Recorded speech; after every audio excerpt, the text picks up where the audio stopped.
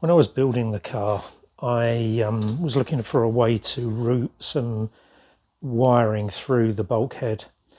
And what I thought was that this pipe here was redundant because I thought it was the pipe for the air conditioning, which I deleted.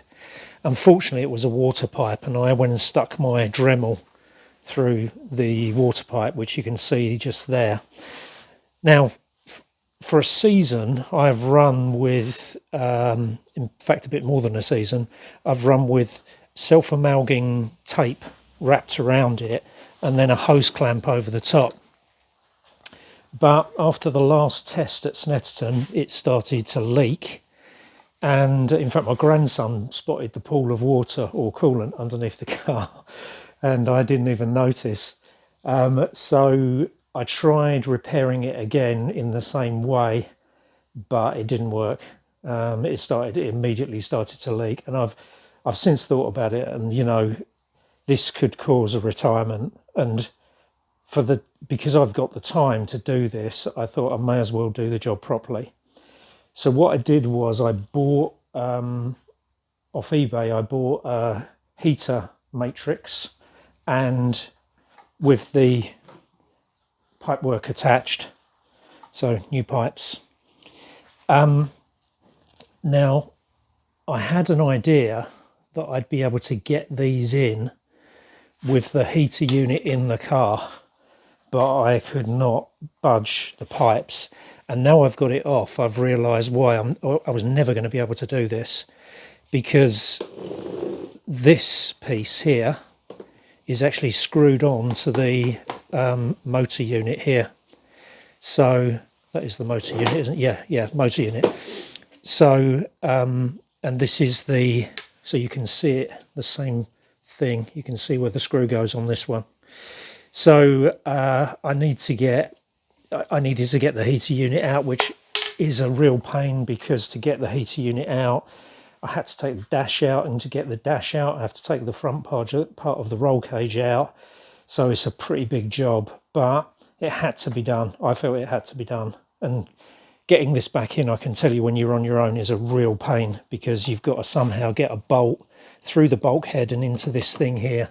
And that was pretty tricky last time, so I'm going to have that bit of fun this time. Anyway, I think the lesson learned here is, if you ever have to replace these pipes or the seals, there's two O-rings that go into on each pipe. If you have to replace those, you've got to have the heater unit out. There's no other way. I have read somewhere that some people actually cut through the pipework and insert a piece of rubber hose into the pipework. I didn't really fancy trying that. I mean, I guess I've got the luxury of the time and, to do this job properly. So I just wanted to get it done and make sure that I don't suffer a leak in the future.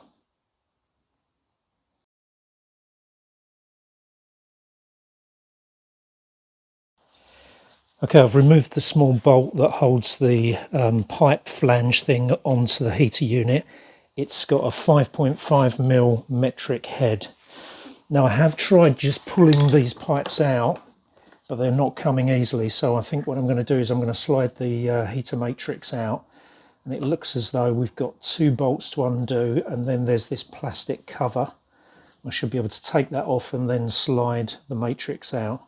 Let's see what happens with that.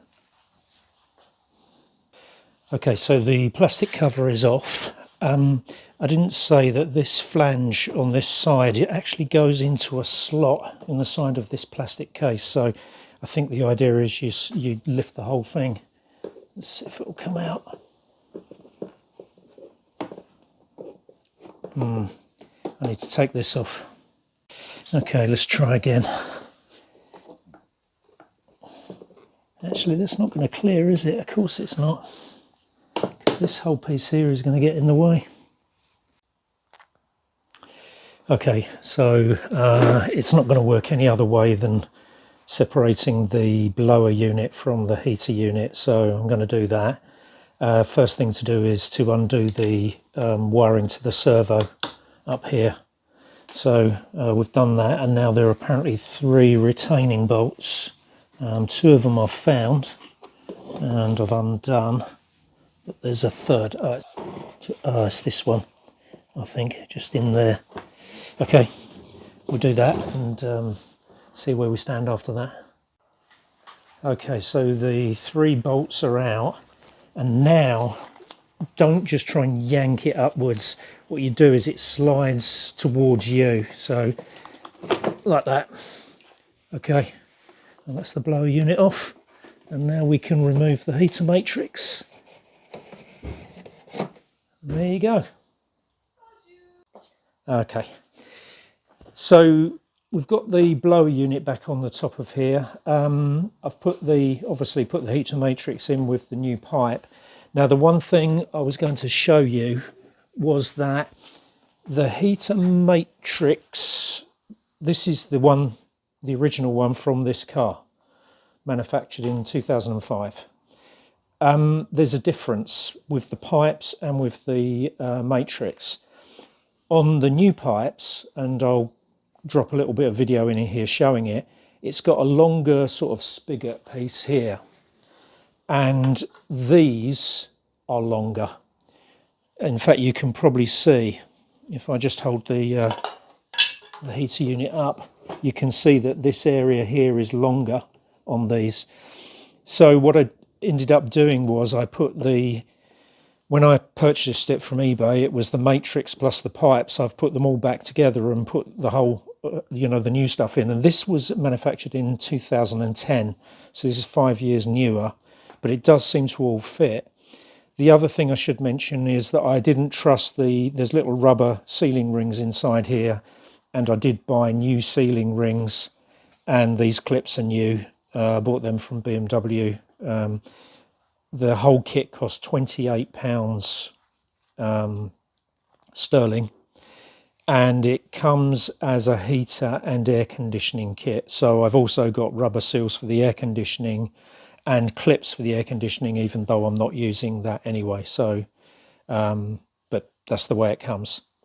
So anyway, it's all back together. Now all I've got to do is get the heater unit back in the car, but I've done a video on that before, which I'll drop a link into that here. Okay, hope you found that useful, and I'll catch you on the next one.